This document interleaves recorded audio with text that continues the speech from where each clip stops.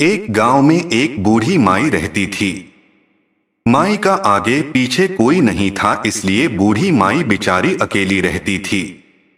एक दिन उस गांव में एक साधु आया। बूढ़ी माई ने साधु का बहुत ही प्रेम पूर्वक आदर सत्कार किया। जब साधु जाने लगा तो बूढ़ी माई ने कहा, महात्मा जी, आप तो ईश्वर के परम भक्त हैं। कृपा करके मुझे ऐसा आशीर्वाद दीजिए जिससे मेरा अकेलापन दूर हो जाए। अकेले रह रह करके उब चुकी हूं। साधु ने मुस्कुराते हुए अपनी झोली में से बाल गोपाल की एक मूर्ति निकाली और बुढ़िया को देते हुए कहा, माई ये लो आपका बालक है, इसका अपने बच्चे की तरह प्रेम पूर्वक लालन पालन करती रहना। बुढ़िया माई बड़े लाड़ प्यार से ठाकुर जी का लालन पालन करने लगी। एक दिन गांव के कुछ शरारती बच्चों ने देखा कि माई मूर्ति को अपने बच्चे की तरह लाड़ कर रही है। नटखट बच्चों को माई से हंसी मजाक करने की सूझी। उन्होंने माई से कहा, अरे मैया सुन, आज गांव में जंगल से एक भेड़िया घुस आया है जो छोटे बच्चों को उठाकर ले जाता है और मारकर खा जाता है। तू अपने लाल का ख्याल रखना, कहीं भेड़िया इसे उठाकर ना ले जाए। बुढ़िया माई ने अपने बाल गोपाल को उसी समय कुटिया में विराजमान किया और स्वयं लाठी छड़ी लेकर दरवाजे पर पहरा लगाने के लिए बैठ गई। अपने लाल को भेड़िए से बचाने के लिए बुढ़िया माई भूखी प्यासी दरवाजे पर पहरा देती रही।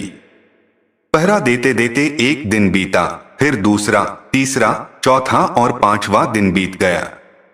बुढ़िया माई 5 दिन और 5 रात लगातार बगैर पल के झपकाए भेड़िए से अपने बाल गोपाल की रक्षा के लिए पहरा देती रही। उस भोली भाली मैया का यह भाव देखकर ठाकुर जी का हृदय प्रेम से भर गया।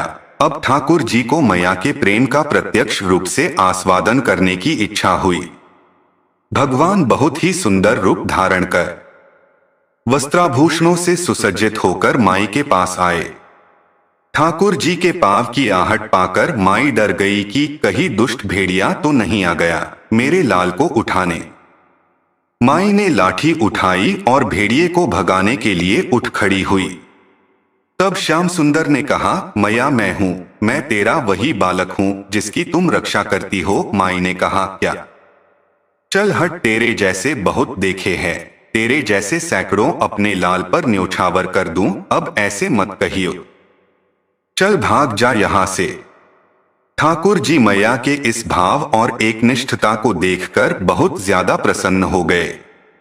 ठाकुर जी मैया से बोले, अरे मेरी भोली मैया, मैं त्रिलोकीनाथ भगवान हूं, मुझसे जो चाहे वर मांग ले, मैं तेरी भक्ति से प्रसन्न हूं। बुढ़िया माई ने कहा, अच्छा आप भगवान हो, मैं आपको 100 प्रणाम करती हूं।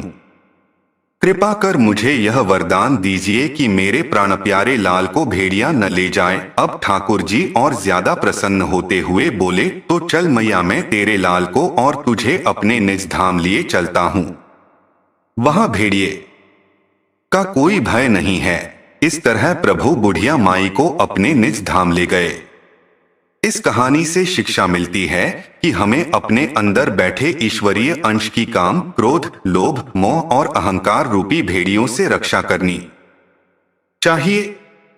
जब हम पूरी तरह से तन्मय होकर अपनी पवित्रता और शांति की रक्षा करते हैं तो एक न एक दिन ईश्वर हमें दर्शन जरूर देते हैं। भगवान को पाने का सबसे सरल मार्ग है, भगवान को प्रेम करो, निष्काम प्रेम, जैसे बुढ़िया माई ने किया।